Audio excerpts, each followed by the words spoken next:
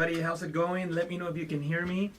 I'm gonna keep an eye on the chat here just so that I can answer your questions. This is not gonna be a stream where I'm gonna be teaching so much. It's gonna be more of answering your questions. So I guess that involves teaching if there's questions that come up and I need to explain something, which is what I guess this is all about. I see Gary in the chat. The question is, will this be recorded? Yes, Gary, this will be recorded and it will be distributed by Dave from the Photoshop Summit. I'm not exactly sure when that will be, but they will be sharing this with you guys. Good to see you, Denise. Happy to be here. Ron as well. Ross, thank you so much. Ross is asking, will there be other QA for VIP besides these two? I don't know what other people are doing. I think Glenn Dewis is one of the other people who's doing one of these as well, so he will have one happening at some point, but I don't think everyone's doing these. Only a few of us are. So I'd be happy to answer any specific questions you may have. You don't have to give me like a specific question. Maybe you want me to revisit something from either of my sessions, and I can revisit something that you need clarification on. What do I think of the new AI? Well, I think it's amazing. I think it's an incredible, powerful tool. I know a lot of people are worried about it. I don't see it as dangerous, at least not yet. The way that I think about it, so I'm going to go into a little story here. So I grew up reading comic books and drawing a lot. I still am a big Spider-Man fan, and that's the reason why I got into art.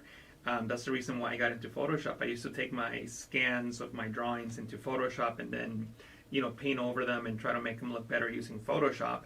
So, I was always really into that kind of stuff.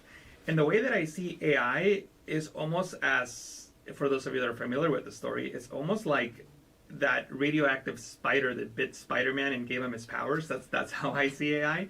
It's just enhancing our abilities. So it's a way that we can all become superheroes, when speaking about design and photography and all of that. So I just think it enhances our abilities. I don't think it's detrimental. We have to be responsible in utilizing it ethically. I think that's important, but I don't see it as a danger. I just see it as a way of us enhancing our abilities as creatives. So yeah, I think it's a good thing. Cool. We have Donna from the Netherlands. Good to see you. Stuart from Long Island, New York. Awesome. I was just in New York about a month ago at a conference. Okay, so there's a question that Ross is asking. I would love to see how to remove a person or object using AI in Photoshop. Yeah, so that's actually not that difficult, and I can definitely show you. Let me make sure I can switch over to my screen here and remove a person in Photoshop. This was not in the Photoshop Summit, but I do have like an old video that I made like, I don't know, 5-6 years ago. It's actually my most popular video. It has God knows how many millions of views at this point, but I'm going to try to use that image because I think it's a good example of like how well AI has come in the last year or so. I'm just trying to remember where I have that specific photo here in my folders, but I think I might be able to show you guys something that is super cool here. I'm just trying to figure out where it is because I wasn't ready for that question and I wasn't ready for that photo, and I want to use that photo because I think it's a great one, especially when you go back and look at the old video. I think that it is really, really impressive, but I don't think I have it here. You know what? I know I have it in my libraries. You know what? I'm going to have to use another photo just because I don't know exactly where it is, but unfortunately that one would have been the best example, and I don't want you guys just holding on looking for files for me to use. So, it doesn't. Let me select this photo, right? So we have this lady here, and we have this distracting background, and you know what? I'm going to license the image. Why not? Just so we can remove the Adobe stock logo from this preview. But basically, no matter what you do with generator fill, it all comes down to a selection. You need to make a selection of whatever you one to remove, and it looks like the internet's not working. This is a problem with doing live streams, that things sometimes don't work the way you expect them to. This should have been licensed by now. I guess we're gonna have to use a photo that I already have a license for. We can use this one here. So to make things just super fast while I'm working, that's a good size here, perfect.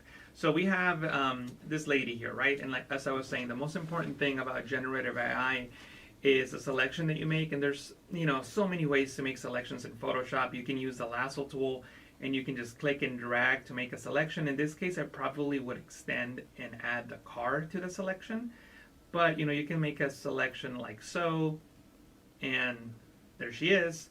You can click on Generator Fill and leave the prompt blank. Adobe recommends that you don't add any keywords unless you want them to be part of the generation. Generative AI doesn't take into account, at least not yet, commands such as remove or make and things like that. It's best to use adjectives and nouns, or leave blank if you want Photoshop to figure it out. I can click on generate, and Photoshop will now send this image up to the cloud somewhere, and these powerful computers are going to try to figure out what to put in there based on millions of images. The difference between Firefly, which is the technology used here, and other competitors is that Adobe is committed to being ethical about this whole thing, which means that they don't use images they don't have the rights to train their models. In other words, they're basically using Adobe stock images, which is not your images that you back up onto your Creative Cloud accounts. That's not what it's using. It's only using Adobe stock images, and then some images that are copyright free, but it's not going to use movies or DeviantArt photos or anything like that. Anyway, so once you generate something, you can just click on the variations to see the result and pick the one you like best. And for something like this, to be quite honest with you, I would just generate a bunch of little pieces because there is a resolution limitation. So just to make sure I get the best result possible, instead of creating one giant generation that'll stretch across the entire image, I'll just make a bunch of little ones so that it has the best possible resolution. Unfortunately, at the moment, the resolution is, I believe, 1024 by 1024. Is that what it is? Something like that. The point is, it's not very big. I'll click on generate again and just keep removing people from the photo. And one of the downsides of using generative fill is that these guys are basically smart objects that contain information in these layers, and you can very quickly bloat your file size.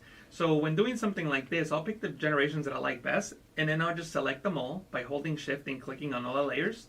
Then Control E on Windows, Command E on the Mac to just merge them into one layer. So now I just have one very simple pixel layer without bloating my file size. And if I need to come in here and make another generation, I certainly can. But for something like this, I don't see the need to keep all the generations. You can just merge them all into one layer. So let me see if there's any questions.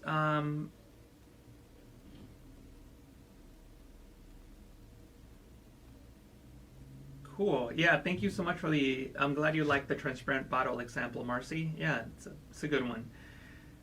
When I try to overlay a generative fill effect like oil painting or pen ink drawing on a photo of mine, it replaces my photo. Yeah. Okay, cool. So I'll explain that next. Photo Maker. So Photo Maker is asking here. Let me open up a different photo for that.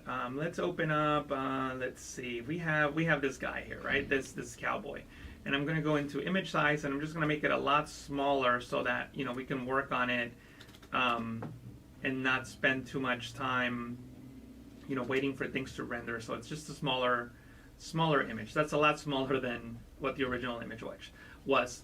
And what PhotoMaker is asking is when they make a selection and click on generated fill and want to make this into like an oil painting, or oil painting, and hit generate, what happens is that Photoshop doesn't generate an oil painting out of the image. And what I mentioned earlier is that Photoshop is not good at taking commands in the prompts. So adding, make into oil painting, convert into oil painting, or simply typing oil painting like I just did there will not convert that image into an oil painting. Why is that? Well, Photoshop is looking at the selection and is just thinking, if you make a selection, right? Selection, that is 100% intensity. So anything that is at 100% intensity will just look at the prompt, right? And it really won't care what's below it in terms of what you put in that box. But if you reduce the intensity of that selection, Photoshop starts looking at the image below more and takes it into consideration when generating your prompt. So one of the things that you can do is simply press the Q key on Windows and the Mac, the same key. Press the Q key to enter the quick mask mode. Notice how the layer is red. And what you can do now is fill with black, right? So black means no selection. So right now we can think of this as 0% intensity. Then immediately after filling with black, if you go into edit and fade fill, we can fade this, right? So now we can go to like say 50%. So now we have a selection that is 50%. So when I press the Q key to exit the quick mask mode and go into generative fill, I can now say something like, again, oil painting. I'll do the same prompt, oil painting. So now what's going to happen is that Photoshop is going to weigh both the prompt and the image below when creating the oil painting. In other words, it's going to reference the image below. So when I click on generate, Photoshop will give us something that looks like this photo of this cowboy, but it will look like an oil painting. And then your job is now to adjust the intensity to see what gives you the results that you're going for. So you can see how, it's not exactly the same, but it's now referencing the cowboy. One trick that I found to be useful is that you can describe the picture that you're using. So in this case, it's a cowboy, right? So I can say something like a cowboy holding a rifle or whatever he's doing, oil painting. So now, by giving it more descriptions, you're more likely to get something that is similar to what the photo was. And of course, by readjusting the intensity. You will have to create the selection if you want to readjust the intensity. And wow, oops, I misspelled cowboy, and I said cowboy, so it got a little boy in there. So let me just make a better prompt. I'll say oil painting of a cowboy holding a rifle. You know what? It's got a gun, so I don't think Photoshop could render weapons as far as I remember. So it might not work as well, but that's what the photo was. But anyway, so here it is. I probably should not say holding a rifle. I'll just say a cowboy. A cowboy. How about this? An oil painting.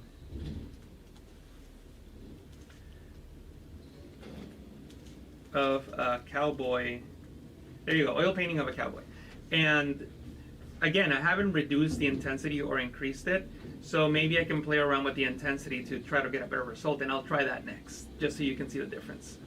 So there it is. It is not exactly, like the image below, but you can see that it's a very close reference, right? So now what I can do is I can, once again, press the Q key, fill with black, and then use a different fade value now. So maybe fade it to, I don't know, we'll say 35% or 36, whatever, same difference. I'll press the Q key, click on generative fill, and I'll say an oil, I'll just start with oil painting just so you can see the difference. Oil painting, right? But now it's gonna reference the image more, and it should look closer to the image. Give it 1 second here. Whoa, see, and this time it completely didn't like it. So maybe I need to, change the intensity to something higher. So we can try again. Q key, fill with black, edit and fade, and I don't know, maybe we'll do something like 75% fade, and press the Q key again, and generate an oil painting. But it's a lot of trial and error until you get something that looks good to what you want to generate. And this is the last generation I'll generate in this example, and we can move on to more questions. But the important thing to realize is that by adjusting the intensity and then changing the keywords after you find an intensity that works can give you better results. And I'll just do one last one of a cowboy. This is the last one for real. Of a cowboy. Oil painting of a cowboy. We'll see if we get something better. Let me see if there's any questions in the chat. Cool. And I hope that answered your question, PhotoMaker. I guess the answer to your question is just adjust the intensity until you get something that works. Like in this case, now that I use the word cowboy, we get something that is, you know, very similar to the original image. And keep adjusting it until you get something that works. By the way, something I should mention is that now that we have a prompt and an intensity that works pretty well, what we can do is now change this to change the prompt to something else, a different media. So we can say something like crayon drawing of a cowboy, and we'll see what we get. So hopefully it looks like a crayon drawing of a cowboy. It should work pretty well, we'll see. Give it 1 second here, and not the best crayon drawing, but you know, not this one's not terrible. It looks like a crayon drawing for sure, but you get the idea. Play around with the prompts and play around with the intensity. Denise is asking, I have a doubt, when you create a mask on the top of a group and this mask affects all of the group. In that example of the pieces of broken glass that you gave us in the tutorial, example of the pieces of broken glass, broken glass. I don't remember doing any. Which example was that? I know I did the bottle, but I don't remember there being any broken glass in there. But can you expand on your question, Denise? What is the issue you're having when you apply a mask to a group? So basically, when you have a lot of layers together, like you do here, you can put them all into a group, and then you can create a mask, and one single mask will control all the layers in that group, which actually created a pretty cool effect here. But anyway, so what is the question specifically? It just, a mask in a group simply means that this mask will hide or show the contents that are inside of that group based on the mask. Black hides, white reveals, and different shades of gray give you different levels or intensities, different intensities of opacity. So you can expand on that question if you like, and I can definitely explain it. The remove tool works very well too. That's right, the remove tool works very well, Stuart, and that is a very good point to bring up. I'm not exactly sure what Adobe's doing at the moment regarding generative credits, but at some point there are going to be certain limitations. Whether you're going to run out of credits or not, I don't know. That just depends on your workflow, but there will be limitations on generations. So what I would recommend is to use a remove tool to remove something from a photo. And if it doesn't work, then use generator fill. A lot of the times the remove tool will do just fine, so you don't need to waste your generator fill credits on something that the remove tool could do for free. So I would start with the remove tool to remove something from photo, and then I would try generator fill. So just to show you guys, this is a remove tool here. So I'll select it from the toolbar, create a new layer, sample all layers is checked, and now you can click and drag to paint. By the way, I was part of the advisory board that worked on this tool about a year ago, or maybe even longer, and one of the features that I requested at the time from Adobe was to have this remove after each stroke checkbox, so that I could, paint in different areas like I'm doing here. And then when I was done painting on multiple areas, then click on the checkbox to generate the results on those areas. And as you can see, it does a really good job, right? Is it better than the generator fill? I don't know. In some cases it can be just as good, in other cases maybe not. But like I said, you can use this to generate, these areas. And the areas that don't work, you can just, use generator fill, and that'll save you some of the credits whenever those go into effect. I believe they were supposed to go into effect on November 1st, but I'm not sure if that did happen after all. I haven't kept up with Adobe on that specific. But anyway, so you can use a remove tool to remove things, and as you can see, it does a really good job. It's free, it doesn't waste your credits. So if something doesn't work, like for example, if we're trying to remove her, I assume that it's not going to work as well, and we would probably need to use the generator fill for that. So we select her, we remove her. It's not terrible, but it's not great. So for something like this, we probably would need to use the generative fill. And again, generative fill, you can use the lasso tool to make a selection around her and fill it in when you're done. I'm gonna just try to make a better selection here. There we go. And I'll click on generate, and it should do a better job removing her than the remove tool. So I'll use both tools. Start with the remove tool and then move on to generative fill if the remove tool doesn't work, and that is obviously much, much better. So yeah, in this case, obviously the generative fill works best. Let me see. The question from, oops, sorry, it moved. I was reading it. Let me go back up. Sorry about that. The question from Louise is, are you familiar with Midjourney? Sebastian Michael showed as an example, very photorealistic but a paid company to use. Can you comment? So I actually do have a paid membership to Midjourney. I don't use it very often. It's just something that I started to use when it became popular. For my needs, I don't necessarily use it for a lot of things. It's just a fun tool to use. I know my wife uses it for her work. She's not a designer or anything like that. She's a scientist, and as a scientist, she sometimes needs to relay information in presentations. So I know she uses it to generate images for her presentations, and it works well for her. She uses Midjourney. Whether Midjourney is better than Firefly, Adobe's version, better is an interesting word. Midjourney will give you better results for certain things simply because of the data that it was trained on, and it was trained on a lot of copyrighted material. So you can type something like Mickey Mouse or Spider-Man or whatever, and it'll generate it, whereas Firefly wouldn't. Also, certain styles are, it was obviously trained on certain artists' images, so it can do certain styles really well. But again, it's because of the data set that it used to learn how to create that content. So in that context, it's quote unquote better. But Firefly is good as well, and it uses only images that they have rights to use for the learning model to learn on. And yeah, I mean, it's good. I'm not saying don't use it. I'm just saying I don't use it as much, even though I have a paid membership. When you merge all your, LaDonna is asking, when you merge all your generated images into one layer, is the merged layer a smart object, or does it just flatten all the generated pieces? So it turns them into one flat layer, not a smart object. And as I mentioned earlier, the reason I like to do that is so that I don't unnecessarily bloat my file size.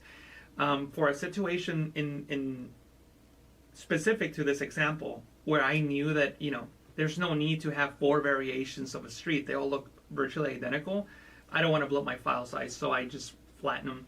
There are certain instances where you do want to create smart objects or keep them as generative fill layers, so that you can have the option to go back and make changes, but not in this case.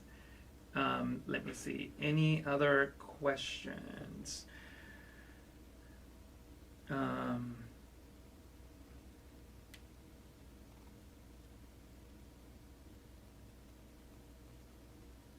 Okay, good question. A good point, Stuart. So Stuart is saying, so the quick mask mode that we were just on earlier. So the quick mask mode, by default, let me show you guys something. If you double click on this icon here, right below the foreground and background color, you will bring up the quick mask options. By default, the color indicates the areas that are masked in red. It's possible that in the past you could have changed it, following a tutorial or something. So make sure that when you're in the quick mask options, you are under mask and red, and you don't have to be. All I'm saying is if you're following what I'm saying, it needs to be masked and red. So this could be blue, for example, and selected area. So completely the opposite. So things are gonna look different and not work the way that I say that they do. If you want to follow along with me, I'm using the default settings, which is masked, color red at 50%. So thank you for pointing that out, Stuart. Cool. How does this okay, so Marcy's asking, how does this compare to using the oil paint filter? So I'm assuming that Marcy's asking about this feature that we were looking at. It's completely different, Marcy. So what the oil paint filter is doing, file, render, where is it? It used to be under here. Did they move it somewhere else? It's not even here anymore. Okay, it's under stylize. Oil paint. So what this is doing is just applying a filter to the image to try to make it look like if it were paint. And let me zoom in more so that you can see what it's actually doing. So there he is. Filter, stylize, oil paint. And I'll check the preview box. And it's just creating that effect over the image. So it's just the filter that is applied to the image to make it seem like it's a painting. And you have all these different options. So it's not using AI whatsoever. It's just literally looking at the image and applying that stroke-like effect to the image. It does try to find the edges, as you can see here, to kind of make it seem like it's painting along the edges, but it's completely different technology, not the same at all. You're going to get more quote-unquote realistic painting effects by using the generator fill, because it's actually trying to create the illusion of brush strokes. Let me go back to some of these so that you can see maybe like an up close version of it. So see, that looks more like an oil painting, and obviously by using different prompts you might get better results. Cool.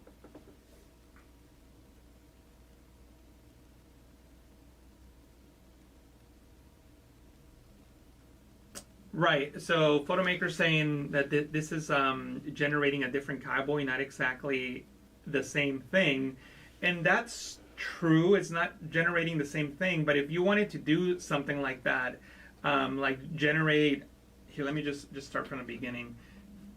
You can definitely get something that looks a lot more if you play around with the settings more, right? Here, let me show you, like, at the end of the day, we're working in Photoshop, right? So there's so many things you can do. So, for example, if you wanted to get something that's very close to this, you might need several layers for that. And let me show you what I mean by that. I just pressed the Q key on the keyboard. I'm going to fill with black, and then I'm going to use the keyboard shortcut to bring up the fade command, which is Control-Shift-F, Command-Shift-F. And I'm just going to bring this down to, like, I don't know, we'll say 65 maybe. And again, I don't know for sure. I'm going to have to do trial and error here. And I'm just going to type in oil painting, right? Because you want your cowboy. You want the same person, which makes sense, right? If you're going to be doing this, you definitely want to do the same person or same subject. That makes sense. So that's clearly not the right percentage, right? So I would just keep playing around until I got something that works. And let me see. So I don't know. I'm trying to think here. What would work best? You know what? I'm going to go up to 80. See if that makes a difference.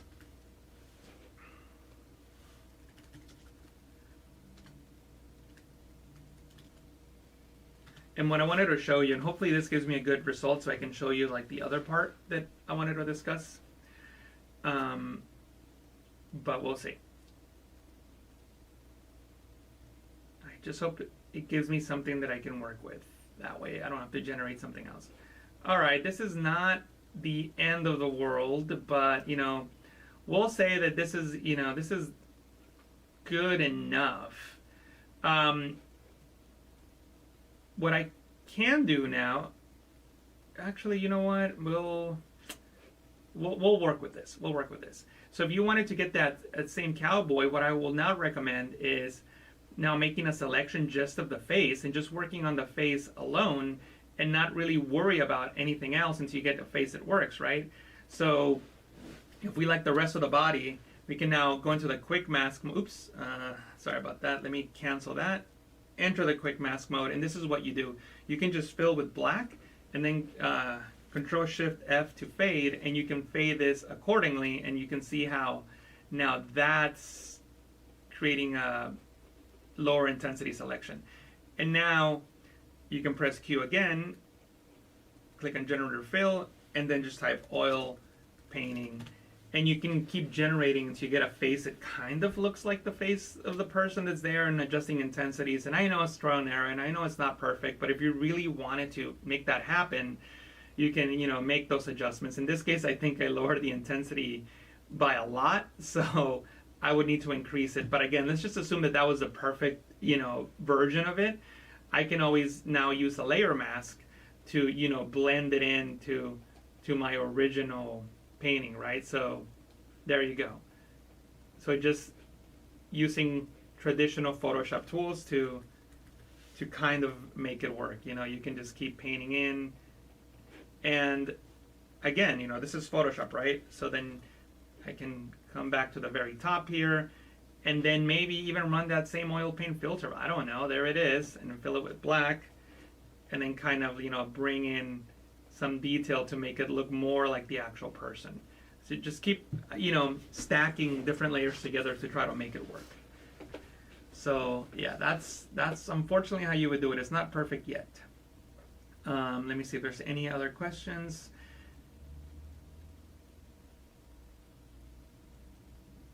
Okay, so Rick is saying about day 5, Dave had a clever way of doing oil painting using actions. I haven't seen that video, so I don't know what Dave did. I wish I had seen it so I could comment to that. But yeah, I'm sure it's great. Cool. Okay, Photomaker saying that might be their issue, that they are using a different setting here in the quick mask mode. So yeah, once again, if you want to change your setting, double click here and you can make those changes. Okay, so let me see.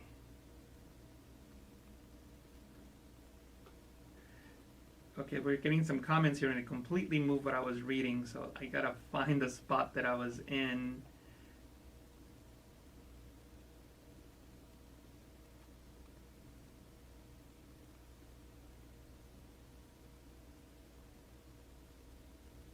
I see. Photomaker is saying that they changed the credit debiting till January 1st, 2024. Cool.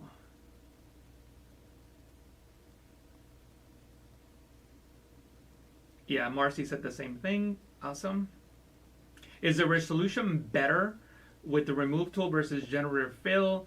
I'm trying to. I mean, the short answer is there is no resolution limitations with the remove tool. It's not like, it might not look. I'm trying to be very careful with what I say here. So the short answer to that question is no. There's no resolution limitations. However, because of the technology and how it finds pixels and replaces them, you may see something that looks like it's not as high of quality or high of resolution, but it doesn't mean that it isn't.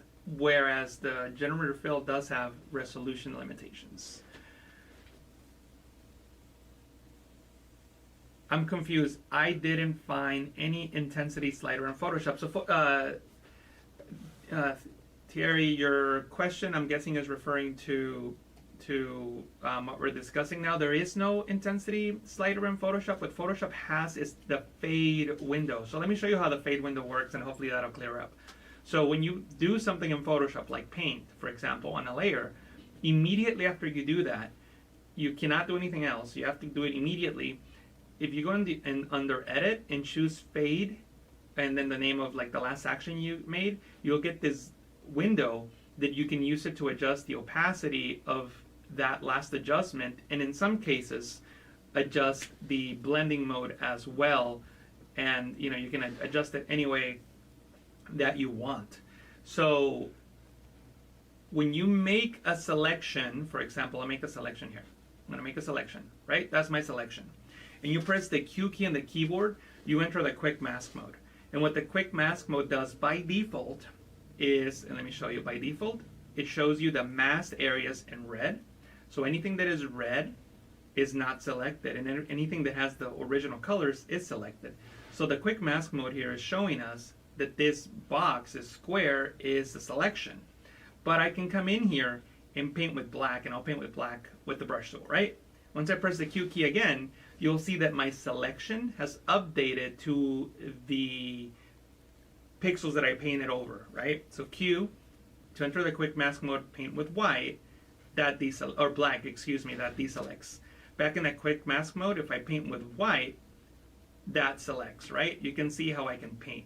So we can use this knowledge to adjust the intensity of the selection, right? So we press the Q key and we fill with black, that means nothing is selected.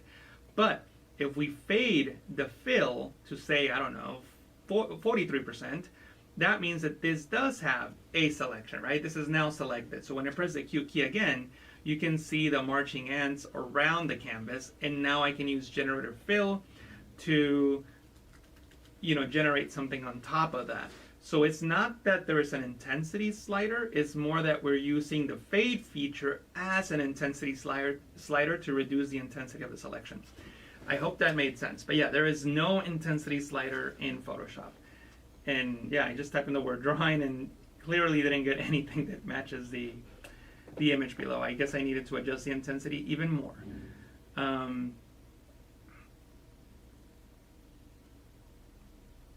In minute 8:34, I found this video a little bit difficult to understand. Which video is that, Denise? I'm not really sure what you mean by this video. This stream or a specific video during the Photoshop Summit? Let me see. There's another question here.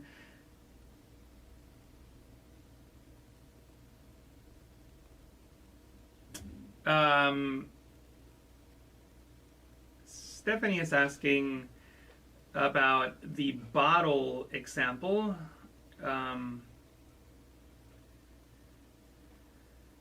Give me 1 second while I open up that file. I think it was under Pro Techniques, Assets, Bottle. Yeah.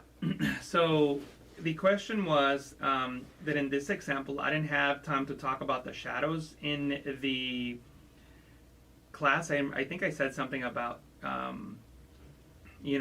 I wasn't going to work on the shadows because that was not the point of that particular example. And Stephanie wants me to talk about the shadows now. So let's talk a little bit about the shadows. So obviously I'm not going to go through the entire process because I want to get to the shadow question. So let's just assume that I did a fantastic job in masking this out. And there you go. And I think I used a clear version in the class, but it doesn't matter. Both methods would work. So by adding, there's a lot of things that go into shadows, right? Like when adding shadows, for the most part, I usually do two things, but there's a lot more than you can do. And the first thing that I usually do is I do a contact shadow. By the way, I'm holding the Shift key and tapping on the right and left bracket keys on the keyboard to adjust the hardness. So I'm looking for a brush that is kind of soft. And then what I'm going to do is I'm just going to paint the shadow that's super close to the surface where this object is standing on, and I didn't do a good job there, so I'm going to try again. But there's always like a much darker shadow really close to the surface of an object. And by the way, I know that there might be some artists in the chat and will say shadow is never black. And yes, you're right, shadow is never black, but it's going to be black in this example. Usually what you want to do is you want to select the color that is found in the image, like this darker brown, but we already started, so there we go. So the shadow is going to be here really, really close to the edge. This is my contact shadow. And usually what I like doing after that is going into filter, blur, Gaussian blur, and I'll blur it even more, but not so much, just a tad more. And if I need to reposition it, I can. But that's my contact shadow. So I always add a contact shadow first. And then I'll add the actual cast shadow. And that really just depends on the light source, right? In this case, we have a light source that is coming from here. You can see the sun here, so the light is coming this way. So I would then figure out how this will work. There's so many ways of doing this. I'm just going to show you something that's different that I don't remember if I showed it in the class. Actually, I might have shown it in the class, maybe not directly with this example, but I probably showed it on something else. So I'm going to load this bottle as a selection. By the way, you can hold Control on Windows, Command on the Mac, and click on the layer mask icon to load something as a selection. And then directly below that, I'm just going to fill that with that brown color. To fill with the background color, you can press Control and Backspace. So I have my bottle here, right? There it is. I can now just go into the distort option and just distort it so that it matches the angle of the light source and all of that. And we'll say that this is good, even though this is definitely not good. but I'm just going to move it to the right a little bit. And now I can start adjusting it in several different ways. I can, if you really want to be super fancy about it, you can go and convert this into a smart object and then go into filter, blur, filter, blur gallery, and you can do tilt shift, fill blur, whatever you want. I'll click. Wow, that's super weird. I'm not sure. I'm not sure why it stretched it out like that. I'm guessing it's just a preview. Maybe it's because I'm streaming. I don't know. But I'm gonna click twice here so I can have two of these points. And the point here that's furthest away, I'm gonna blur it just a little bit more. And the point that's here closer to the bottle, oops, it's definitely glitching on me. So sorry about that. Anyway, the point is that you can. Yeah, it's definitely glitchy. Let me press OK and see if that. Okay, so we're back, but when I double click, yeah, for some reason it's just not liking. For some reason it's just stretched out. The point is that you have 2 points, right? I have this point where I can blur more of the bottle, and then the point closest to the bottle is not as blurry, and I'm just trying to create a more realistic shadow, and you can adjust the intensity of either point accordingly. And now we have, something that looks more realistic. And of course, I can change the blending mode to multiply and maybe reduce the opacity. Or again, if you want to be even fancier, you can create a layer mask and go from black to white on the gradient tool to, further adjust, the intensity of this shadow. Completely up to you and the effect that you want to create. So that is one way to create shadows. I hope that helps, Stephanie.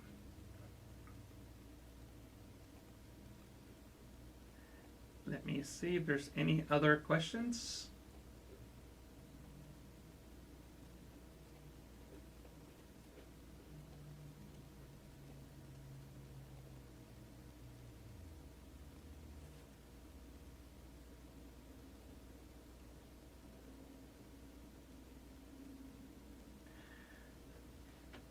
And I'm just reading here, guys, just to see if there's more questions I could answer.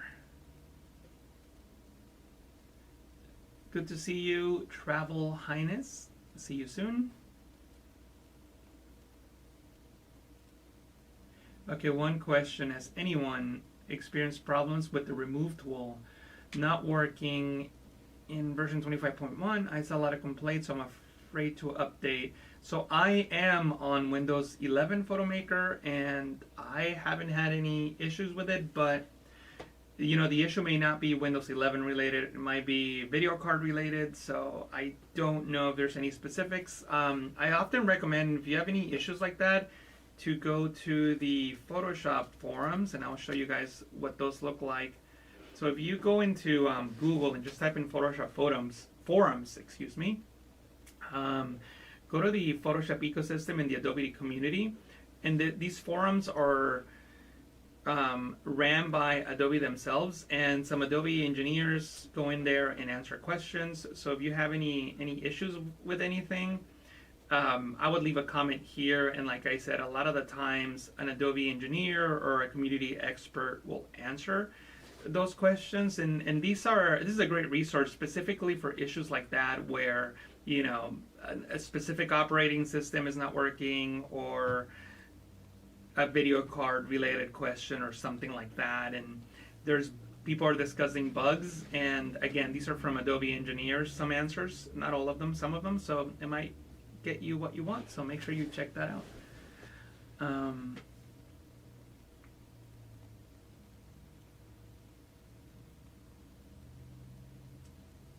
Awesome. Henriette is saying, in AI, artificial intelligence, I use the term watercolor painting in the style of, in the name of the painter, at 30 or 40% and get some decent results. Awesome.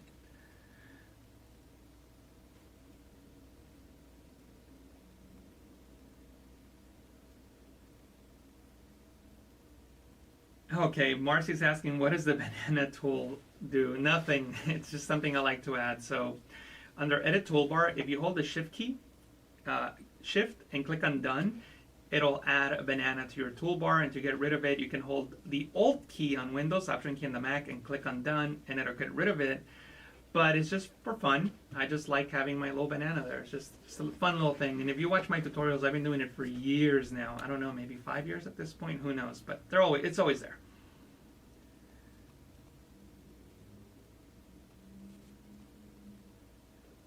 Let me see. Okay, more questions about beta. Yeah, so I mean, I don't have any like strong opinions on this. If you want to install the beta and keep it and run it, by all means do so. And if you find that it's causing issues with your machine, then definitely don't use it. I use it, and every now and again there'll be an issue, but for me it's not a huge point, so a huge problem. So I just always keep it there because I like trying the new stuff. But that's just me.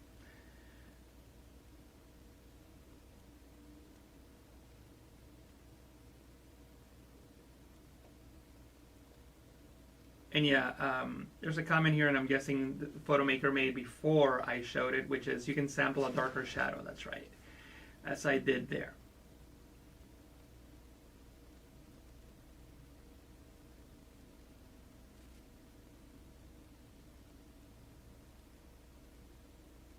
Cool. It looks like I reached the bottom of the comments. So let me know if there's any more questions I can answer for you guys regarding the session or anything else. Really, if it's something else, I may have trouble finding the right photo to explain it, but I'll be happy to answer any more questions I have for you guys. I'm gonna stick around for a few more minutes here, at least 10 more minutes. So let me know. Let me know any questions I can answer. And thank you, PhotoMaker. I appreciate that comment. You're very welcome.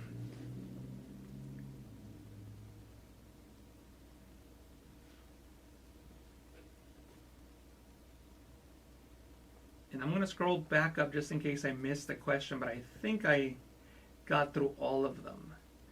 And if you asked something and I didn't answer it, please type it back in the chat. I definitely didn't ignore you on purpose.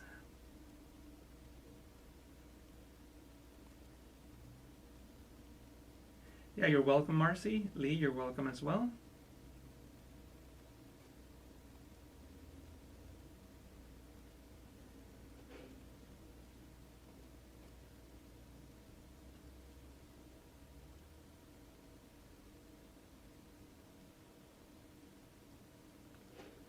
Is there a way to save, my screen is not letting me read that question, to save this video chat?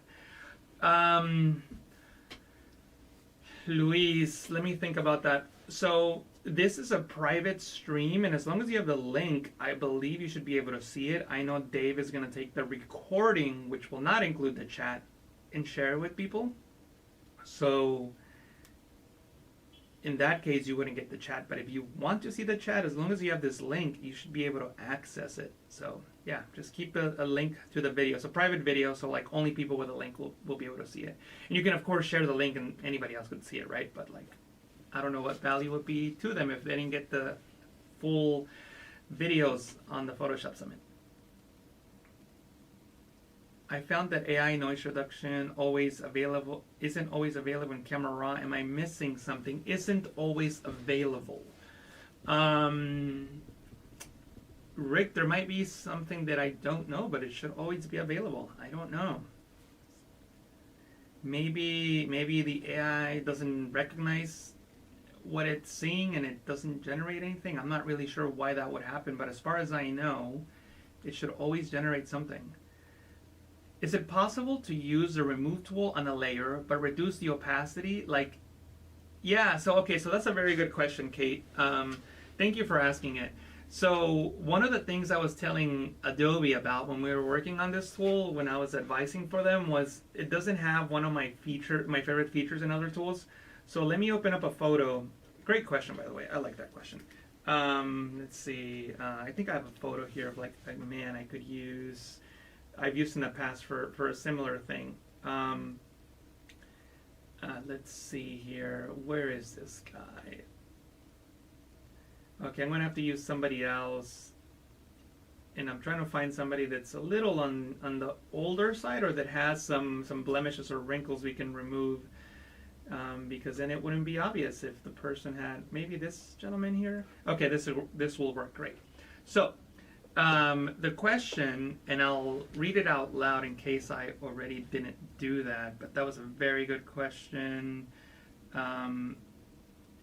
Okay, is it possible to use a remove tool on a layer but reduce the opacity like if using for wrinkles? As of now, you can only use an actual image that is not on a layer. So if you create a new layer, right, and you go into the remove tool, you can click on sample all layers and you can click and drag and click on the check mark to commit the changes if it's not automatically active, and it does that, right? And it, is it good or bad? In this case, it doesn't matter, right? The question is, can you reduce the opacity? And you can definitely do so, but in my opinion, this is not the best workflow. And to be honest, I don't know if I would use a remove tool for this specific thing. One of the things that I was talking to Adobe about is that I like how the spot healing brush tool gives you options here, the mode. And when removing something, you always have to think about, is it darker or brighter than the skin tone? In this case, it's darker than the skin tone, so you want to lighten it. So choose lighten. And then when you paint, Photoshop only targets the darker pixels and it's not as intense. And then you can also reduce this if you want. So it's targeting the darker pixels. That's why it didn't catch that highlight there, right? The highlight was intact. If you notice, on his forehead, the highlight wasn't affected at all. It was just the darker areas. So in some cases, this is what you want.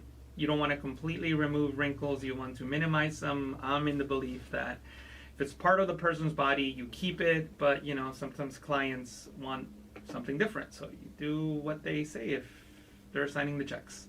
But in this case, we still kept that strong highlight. I'm not saying that's the best result. I'm saying that the workflow here is what I like, which is the spot healing brush tool set to either lighten or darken depending on what I'm trying to do. So if I choose darken, for example, and I can now paint on this layer and it's gonna now target the pixels that are bright. So, and obviously the opacity is set to 56%, so I created a big mess here. But the point is that that's probably the way I would do it if I wanted to keep the wrinkle and I didn't really want to remove it entirely. So I know that was a bit confusing, so I'll say it again. Spot healing brush tool, then choose either darken or lighten.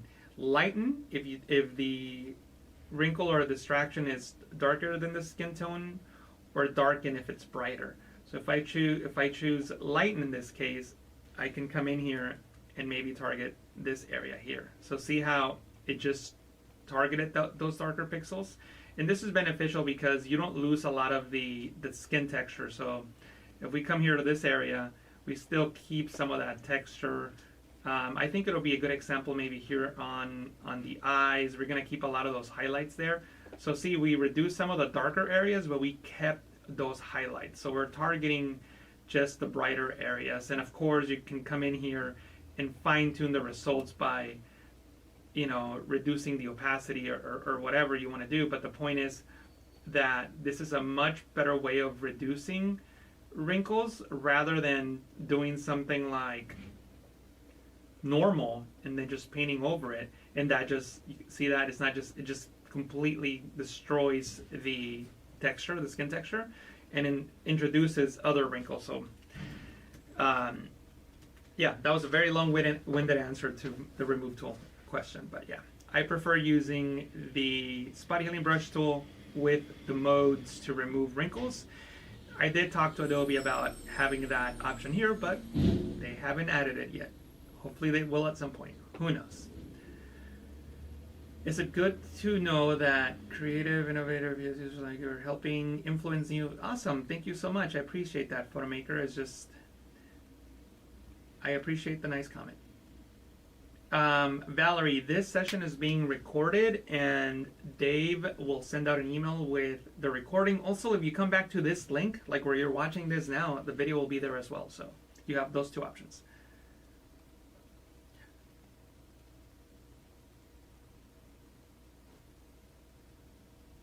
Luis, can you expand on that? You're asking me to review the drop shadow again.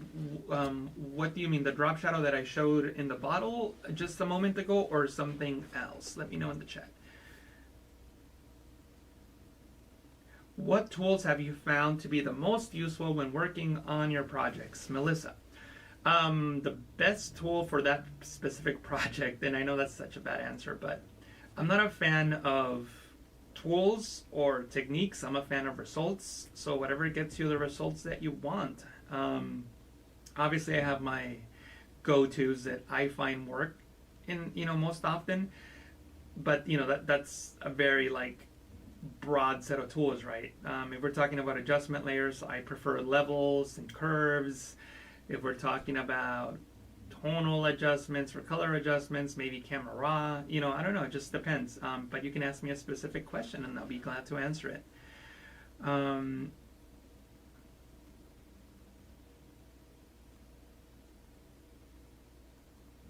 Okay. So there's a question by Thierry, and I'm sorry if I mispronounced your name.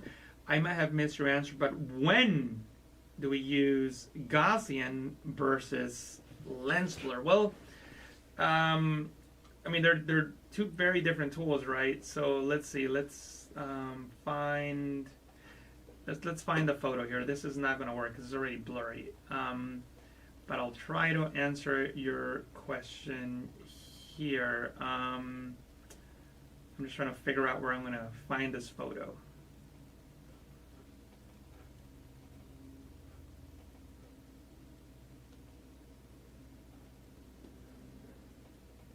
Okay, so the question is, when do you use lens blur versus Gaussian blur? Well, I've already, I just saved time on this. Let me undo that just so we can save some time. So I've already separated the foreground from the background here. So the foreground is here, background is there, right?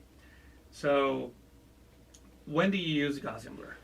Well, Gaussian blur you would use whenever you just want something blurry that's not necessarily trying to mimic how a lens will blur something. So filter, blur, Gaussian blur, and we get a blur, right? But it doesn't really look like the blur you would get out of a lens. You saw me use the Gaussian blur in this stream earlier when I was blurring the shadow. I don't necessarily need to make it look like a lens. I just need something blurry for my shadow. So that's when I use Gaussian blur.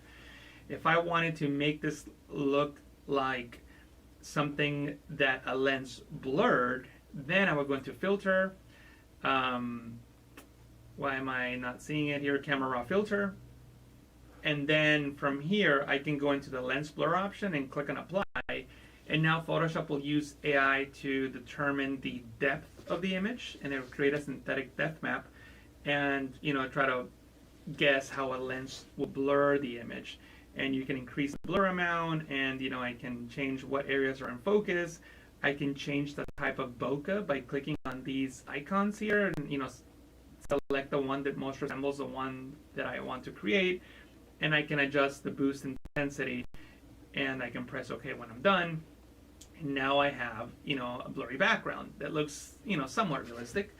So the answer is, you want to make something that looks like a lens blurred it with bokeh and the type of bokeh that different types of lens will create, or do you just want to blur something like I did when blurring a shadow? So depending on what you want to do.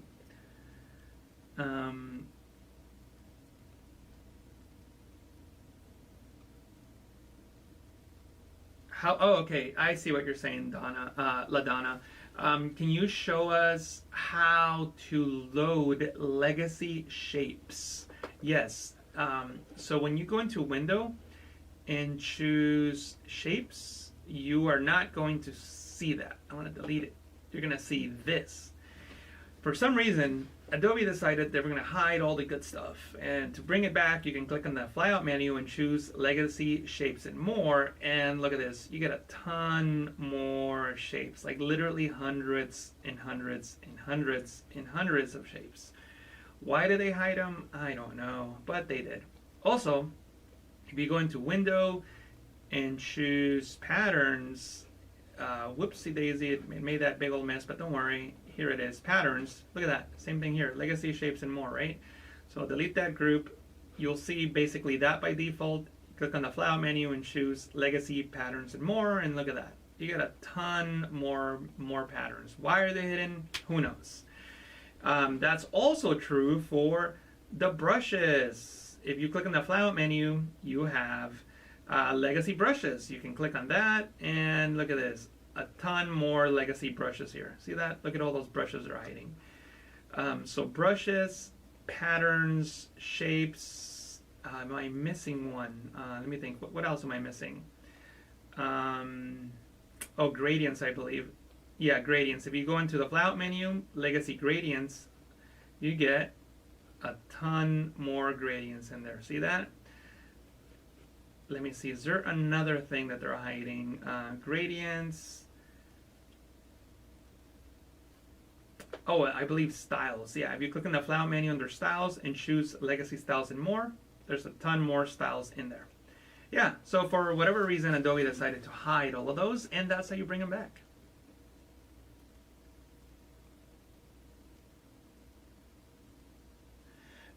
Oh, okay, good question. Phil. Phil is saying, what is the icon to the bottom right of the layer mask icon? It's just the layer mask icon. That's what it is. So this is the layer mask thumbnail.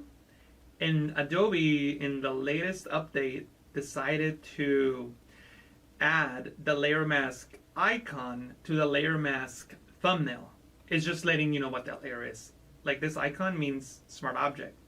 This icon means layer mask. That's all it is. But you're right, Phil. You didn't remember it because they just added it.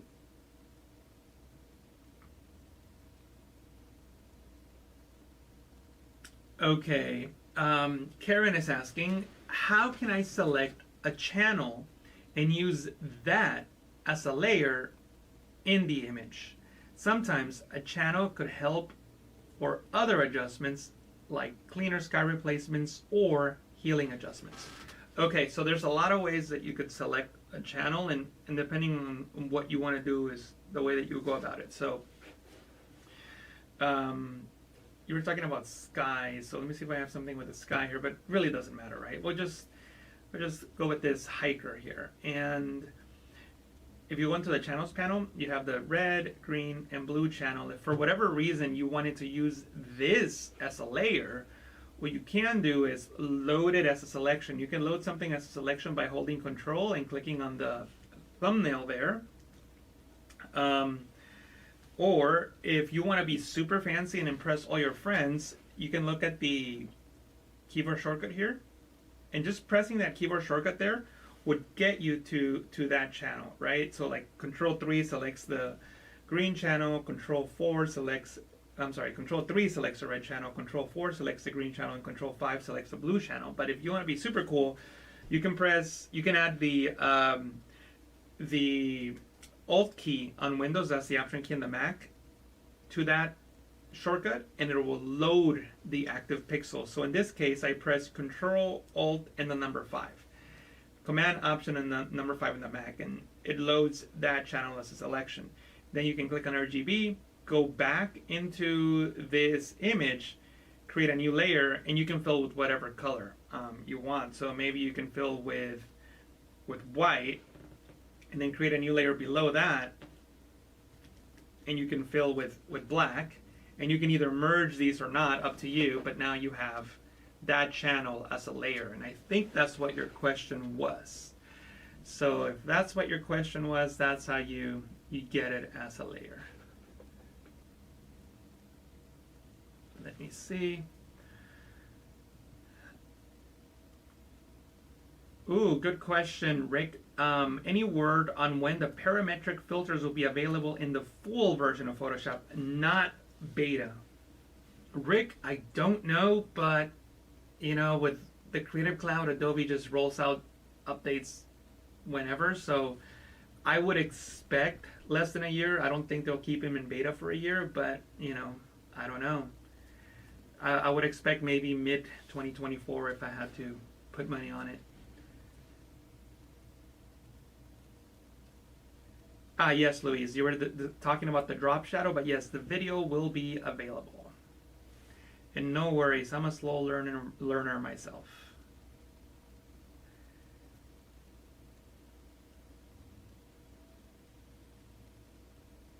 When masking a subject, the output options are selections, masks, new layer. What is the best option? Well, Penny, you said when masking a subject, so therefore a mask will be the best output. A selection is just the initial step, and then creating a mask is the second. I wouldn't do a new layer.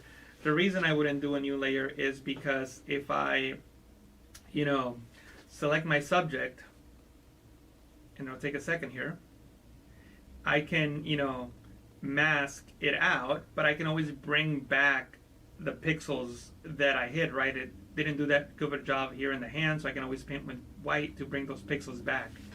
But if I were to place everything in a new layer, well, now I lost those pixels, right? I can never get those pixels back. So I'm stuck with what I have here. I can take things away, but I can't bring things that are gone now because they're all in a new layer. So I would say that a mask is the best option. In most cases. Obviously, there might be specific reasons why that wouldn't be the best option on a specific example. But for most things, generally speaking, a mask is what you want.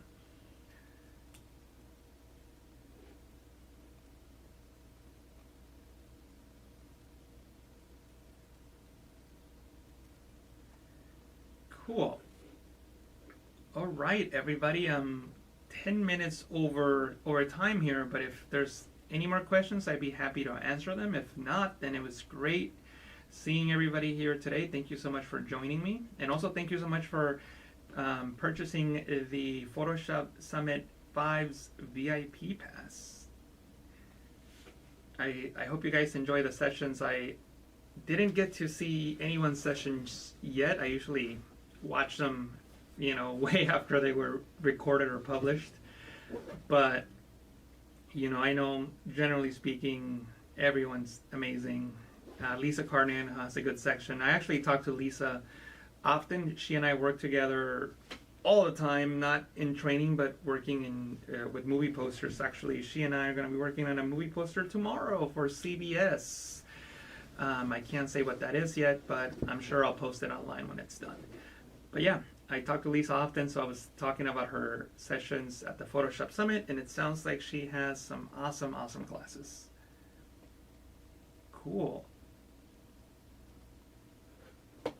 All right, it looks like there are no more questions, so what I'm going to do is I'm going to switch back to me and just want to say thank you for everybody watching. Again, I really, really appreciate everybody joining me here. Make sure you subscribe to my YouTube channel if you haven't already. I have a bunch of Photoshop tutorials that discuss similar topics to what we just discussed today and what I discussed in the Photoshop Summit. Thank you so much, Rick, Stuart, Valerie, Louise, Penny. I'm trying to read everybody's names. LaDonna, Thierry, Photomaker, Kate, Ross, Lee, Marcy, Stuart, and sorry if I didn't get to everybody's names, but some names are starting to repeat, so